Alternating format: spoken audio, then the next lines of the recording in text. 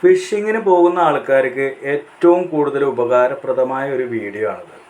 അതായത് സിമ്പിളായിട്ട് നമുക്ക് എങ്ങനെ മീൻ പിടിക്കാം, ഒന്നിൽ കൂടുതൽ മീൻ പിടിക്കുക എന്നുള്ളതാണ് ഇവിടെ പറയുന്നത്. ബെല്ലറ്റും മൈദയൊക്കെ മിക്സ് ആക്കിയതിന് ശേഷം നമ്മളതിൽ ചേർക്കേണ്ട ചേരുവകൾ നമ്മളിതിൽ ലാസ്റ്റ് പറയുന്നുണ്ട്. നന്നായിട്ട് മിക്സ് ആക്കിയതിന് ശേഷം നമ്മൾ സ്പ്രിങ്ങിൽ ആഡ് ചെയ്യാം. എന്നിട്ട് ഓരോ ഹുക്കുകൾ ഇതേപോലെ കോർത്ത് ടൈറ്റ് ചെയ്ത് പിടിച്ചതിന് ശേഷം എല്ലാ ഹുക്കിലും നമ്മൾ നേരത്തെ കാണിച്ച ആ വീഡിയോയിലുണ്ട് വയറിൻ്റെ പൊട്ട്, നമ്മുടെ വയറിങ്ങിന് വീട്ടിലൊക്കെ ഉപയോഗിക്കുന്ന വയറിൻ്റെ പൊട്ട് ഹുക്കിൻ്റെ ഭാഗത്ത് ഇങ്ങനെ കോർത്ത് സെറ്റാക്കി വെക്കുക. എന്നിട്ട് ഫൈനലി ഇങ്ങനെ വരും.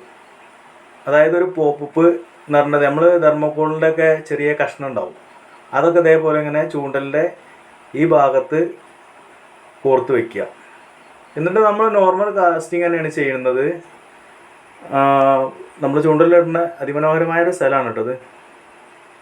ഇവിടെ എന്ന് പറഞ്ഞാൽ രോഹു, കട്ടില, ചുണ്ട, പിന്നെ അതുപോലുള്ള വളർത്തു മീനുകളൊക്കെയാണ് ഇവിടെ ഉള്ളത്.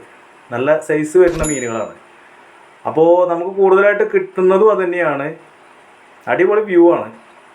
അപ്പോൾ പറഞ്ഞു വരുന്നത് വെച്ചാൽ ഇതുപോലുള്ള മീനുകളുള്ള സ്ഥലത്ത് നമുക്കിത് തീർച്ചയായിട്ടും പരീക്ഷിച്ച് 100% വിജയിച്ചിട്ടാണ് ഞാൻ നിങ്ങളെ മുന്നിലിത് വീഡിയോ ചെയ്യുന്നത്.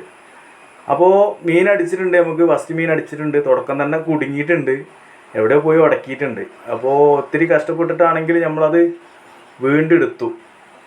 വീണ്ടെടുത്തപ്പോൾ ഇതാണ് അവസ്ഥ. കണ്ടങ്ങൾ നമ്മൾ ഫസ്റ്റ് കാസ്റ്റിങ്ങിൽ തന്നെ നമുക്ക് 3 മീനാണ് ഒറ്റ തീറ്റയമ്മ നമുക്ക് കിട്ടിയിട്ടുള്ളത്.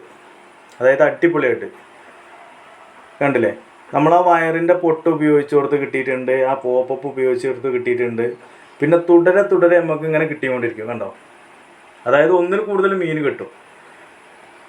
അതാണ് നമ്മൾ പറഞ്ഞു വരുന്നത്. ബെല്ലറ്റും മൈദയും കൂടെ മിക്സ് ചെയ്യുന്ന സമയത്ത് ഇതേപോലുള്ള ഹുക്കുകളിൽ ഇതേപോലെ ചെയ്യാം. കണ്ടില്ലേ, കണ്ടമാനം ചുണ്ടൻ, പല്ലൻ എന്നൊക്കെ പറയുന്നതിന് ഓരോ നാട്ടിലും ഓരോ പേരാണ്. ഇഷ്ടം പോലെ കിട്ടും. ഇനി തീറ്റ സെറ്റ് ചെയ്യുന്ന സമയത്ത് ബെല്ലറ്റ് നന്നായിട്ട് പുതിർത്തി കുഴച്ച്, അത് വെള്ളം കൂടാൻ പാടില്ല, ഒരു മീഡിയം തരി പോലെ ആക്കിയതിന് ശേഷം നമ്മൾ അതിൽ നമ്മുടെ ബിരിയാണി കുട്ടികളൊക്കെ കഴിക്കുന്ന സാധനമാണ്, ആ ബിരിയാണി നന്നായിട്ട് പൊടിച്ച് ചേർക്കുക. പിന്നെ അതുപോലെ തന്നെ നമ്മുടെ കോഴിത്തീറ്റ ഉണ്ട്, അത് ചേർക്കുക. പിന്നെ വറുത്ത അരി പൊടിച്ചത്, എന്നിട്ട് മൈദയും കൂട്ടി ടൈറ്റ് ചെയ്തിട്ടാണ് നമ്മളിതിൽ ഉപയോഗിക്കുന്നത്.